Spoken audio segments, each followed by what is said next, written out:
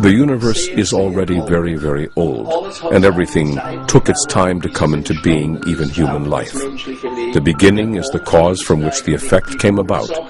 It's the law of causality which has to take effect.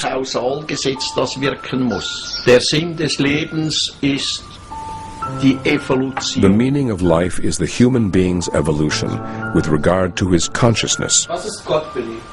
Gott, das ist eine imaginäre Gestalt, die Menschen geschaffen haben. Billy, what is God? God is an imaginary figure which has been created by human beings so they don't have to bear responsibility themselves.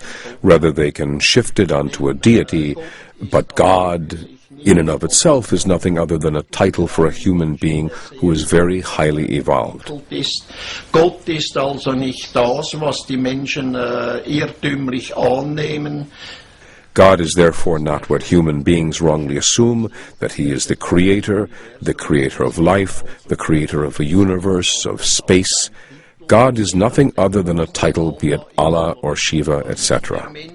Der versucht immer eine Macht über sich zu setzen. The human being always tries to set a power above himself, and he calls it God. This God or this power is supposed to be responsible for him and everything and anything that he says, does, thinks and feels, and so forth, and for his fate.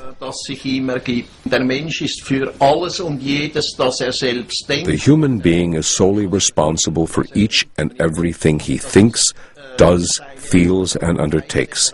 He must be responsible for it. Muss das Positive und das Negative. He must bear and savor all the positive and negative which he processes through his thoughts, actions, and feelings. It's good that he invented a new term called creation, which is, I think, maybe a bit broader, innocent as well. If you say God or Allah, then there is a long heritage, maybe violent history attached to it, so maybe let's call it creation then.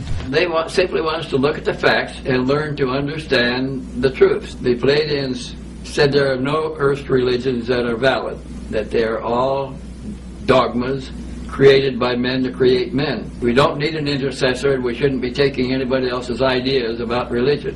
It's all internal. Everybody has his own contact with the creation.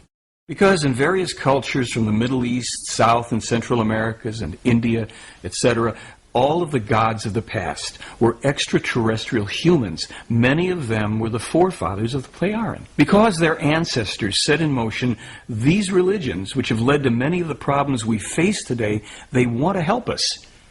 But this time they must do so without directly interfering with us, because that would only lead to their being worshipped again or to their being attacked. When we think about God and religion and the universe, we might want to consider that we live in a little ball. Actually, if we put it in perspective, we live on a piece of cosmic lint, somehow magically suspended in space, perfect operation. Everything's going on. In religion, we want to say that God is responsible for that, and that we should also fear God, or maybe we won't be sitting on a cloud after we die, we'll be dipped eternally in molten lava. Not exactly a positive image. And so, on one hand, we have the spiritual teachings from Meier and the various religions of our world. To understand the difference between them, we really have to look at both. Then the human beings are no longer in a position to think for themselves. They still only think in the framework prescribed by religions, sects, philosophies, and ideologies. Der Mensch muss aber aus sich selbst heraus seine Gedanken pflegen. But the human beings must nurse their thoughts from within themselves. They have to learn their thoughts and create the respective feelings.